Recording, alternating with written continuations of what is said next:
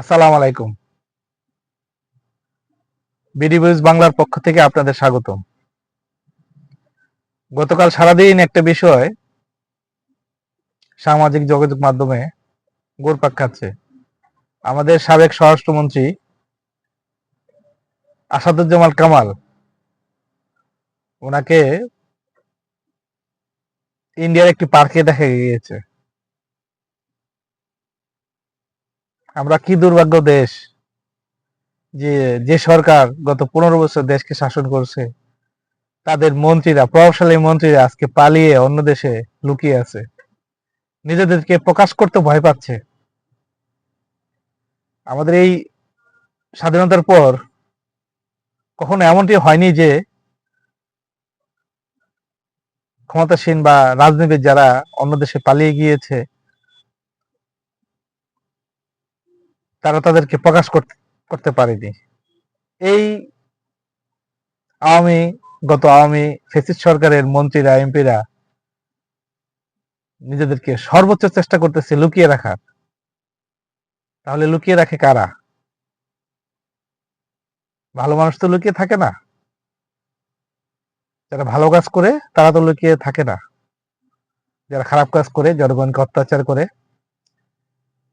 অত্যাচার, নিপীড়ন, দুর্নীতি মাধ্যমে জনগণের নিকট থেকে যারা বিচ্ছিন্ন হয়ে যায়, তারা তাদের নিজেদেরকে লুকিয়ে রাখে। আমরা দেখতে পাচ্ছি সাবেক প্রধানমন্ত্রী শেখ হাসিনা ইন্ডিয়াতে আছেন, কিন্তু এই 2 মাসেও তার কোনো প্রকাশ্য কোনো বক্তব্য বা প্রকাশ্যে বা তাকে দেখছি না। বা আমাদের সাবেক সেতুমন্ত্রী, আওয়ামী লীগের যে সেক্রেটারি ওবায়দুল কাদের, কেউ বলে কাউয়া কাদের, কেউ বলে সার্কাস কাদের, ওনাকেও ওনারও কোনো টিকিটই আমরা খুঁজে পাচ্ছি না।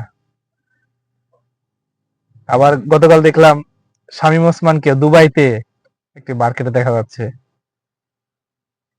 এরাই কিছুদিন আগে নিজেদেরকে সর্বোচ্চ দেশপ্রেমিক, সর্বোচ্চ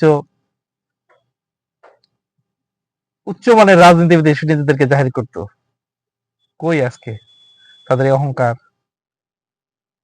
তাদের অবস্থান কোথায়? হারিয়ে গেছে।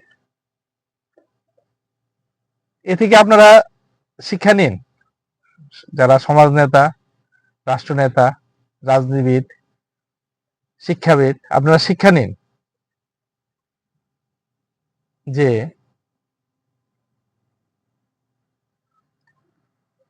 আপনার কর্ম যদি ভালো না হয়, টিকে থাকা অনেক কষ্ট। Thank you.